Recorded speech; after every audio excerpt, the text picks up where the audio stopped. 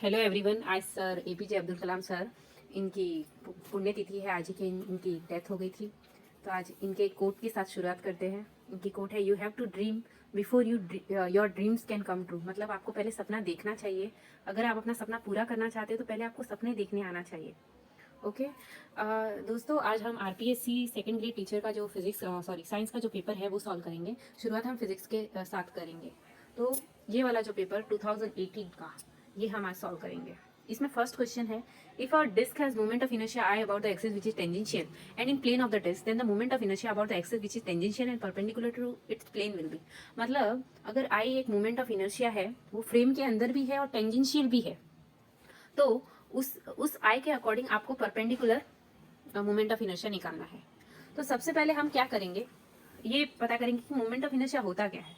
तो basically moment of inertia आपका क्या होता है, distribution of mass around the axis. Okay, जितना दूर आपका मास होगा उतना ही ज्यादा आपका मोमेंट ऑफ इनर्शिया होगा। बेसिकली एग्जाम में इन्हीं सब फिगर्स का मोमेंट ऑफ इनर्शिया आपको पूछते हैं। कभी परपेंडिकुलर एक्सिस थ्योरम लगाना है, कभी पैरेलल एक्सिस थ्योरम। तो यहाँ पे 6 ऑब्जेक्ट आपके सामने हैं।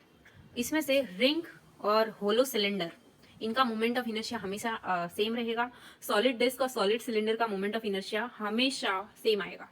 ओके, और बाकी आप देख लो। ये याद रखना है 2mr² सबके लिए कॉमन है। ओके, और अकॉर्डिंगली 2, 3, 4, 5 ऐसे इंक्रीज होता जाएगा। तो फर्स्ट है आपका रिंग और होलो सिलेंडर, इसका मोमेंट ऑफ इनर्शिया होता है mr²। okay, 2mr² by 2, that is mr². Second is hollow cylinder, 2 by 3 mr². Third one is solid disk and solid cylinder, 2 by 4 mr², that is half mr². Solid sphere, 2 by 5 mr². तो ये हो गया आपके moment of inertia. अभी question के according हम ध्यान देते हैं। परपेंडिकुलर एक्सिस थ्योरम क्या होता है आपका, परपेंडिकुलर एक्सिस थ्योरम सिर्फ 2D ऑब्जेक्ट के लिए एप्लीकेबल होता है। कई बार क्या होता है, बच्चे स्फीयर के लिए भी, सिलेंडर के लिए भी ये लगा देते हैं परपेंडिकुलर एक्सिस थ्योरम, लेकिन ऐसा एप्लीकेबल नहीं होता। सिर्फ परपेंडिकुलर एक्सिस थ्योरम सिर्फ आपका 2D ऑब्जेक्ट के लिए एप्लीकेबल है, that is only for disc या फिर रिंग। तो परपेंडिकुलर एक्सिस थ्योरम के लिए IZ क्या हो जाएगा आपका, IX प्लस IY। अभी सेकेंड वन है आपका पैरेलल एक्सिस थ्योरम, इसकी वैल्यू है IZ प्लस mr²। ओके, अभी क्वेश्चन में आप ध्यान से देखो, आपको क्या पूछा है, सिलेंडर की बात हो रही है वहां पे। देखो, सॉरी, डिस्क की बात हो रही है यहाँ पे। Disc has moment of inertia this and this.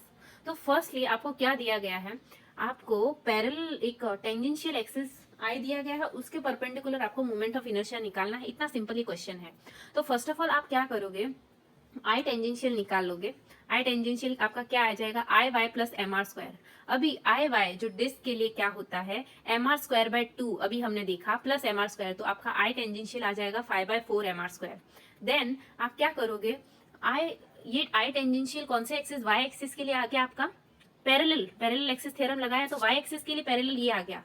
लेकिन अभी परपेंडिकुलर निकालना है, तो आप अकॉर्डिंगली x एक्सिस के अलोंग लगाओगे, क्योंकि y और x दोनों परपेंडिकुलर है आपस में, ये भूलना नहीं आप। तो आई परपेंडिकुलर जब आप लगाओगे, तो जो आपने आई टेंजेंशियल निकाला है उसी के साथ आपको IX ऐड करना है। तो 5/4 mr² प्लस mr²/4। अभी जैसे ही ये कैलकुलेशन करोगे तो आपका आंसर आएगा 6/5 I। ओके, तो ये आपका ऑप्शन कौन सा दिखाएगा, देखिए यहाँ पे ऑप्शन कौन सा है, फर्स्ट। इसका मतलब 6/5 I, ये है आपका आंसर। सेकेंड क्वेश्चन क्या है, when a mass m is suspended from a spring, the frequency of oscillation is found as f. If the spring is cut into 2 equal pieces and same mass is suspended from one of the piece, the frequency of oscillation in this case will be. अभी simply यहाँ पे आपको frequency का formula पता होना चाहिए किसी भी स्प्रिंग के लिए, तो आपको ये क्वेश्चन इजीली आ जाएगा। फ्रीक्वेंसी का फॉर्मूला क्या होता है, F is equal to 1/2π√K/m। Question में आपको क्या दिया है, लेंथ कर दी है हाफ। ओके, तो यहाँ पे आपको सिंपली देखना है कि K और लेंथ का क्या रिलेशन है। K है inversely proportional to length. Okay, that means K1 L1 should be equal to K2 L2। अब ये हो गया है हाफ, ये कट हो जाएगा, मतलब K2 हो जाएगा 2 times K1, 2 times K1। Okay, तो फ्रीक्वेंसी क्या हो जाएगी दोस्तों, फ्रीक्वेंसी अगर 2 टाइम्स हो जाएगा तो 2 तो अंदर आएगा ना रूट के, दैट इज वाई आपका √2 करके जो ऑप्शन है √2 times frequency, that is your correct answer. मतलब इसका आंसर होगा 3। Third question, the acceleration due to gravity on the surface of earth is g। Okay, the value of acceleration due to gravity at a height from the earth surface equal to half of the radius will be. अभी आपको कुछ भी नहीं निकालना है, acceleration due to gravity g आपको दिया गया है ऑलरेडी। ठीक है, फिर एक्सेलरेशन आपको निकालना है जब आपके कुछ हाइट पे, हाफ ऑफ द रेडियस के हाइट पे है, तो आपको सिंपली जी का फॉर्मूला पता होना चाहिए जो है gm/r²। यहाँ पे याद ये रखना कि यहाँ पे आपका जो r होगा वो r+h होगा। ओके मतलब रेडियस होगी 3/2r। कई बार क्या होता है सिर्फ हाफ लेके लोग सॉल्व करने लग जाते हैं तो आंसर नहीं आता। तो इसका आंसर बच्चों देखो क्या आएगा, मैं आपको कैमरा ऑन करके देती हूँ। मैंने ऑलरेडी यहाँ सॉल्व किया है, ये देखिए यहाँ पे acceleration g on the surface of earth r। Okay g है r रेडियस पे, तो ऑन द हाइट, अभी हाइट क्या हो गई है r+r/2 that is 3/2r। g का फॉर्मूला है gm/r², g/gh कर देंगे तो इसकी जो r² है वो यहाँ चला जाएगा, इसका r² यहाँ cancel, that then your answer will be gh will be 4/9 of g। तो ये है आपका आंसर। ओके ये आपका आंसर आ जाएगा। Are you getting all of you? Is this correct? Okay, thank you so much.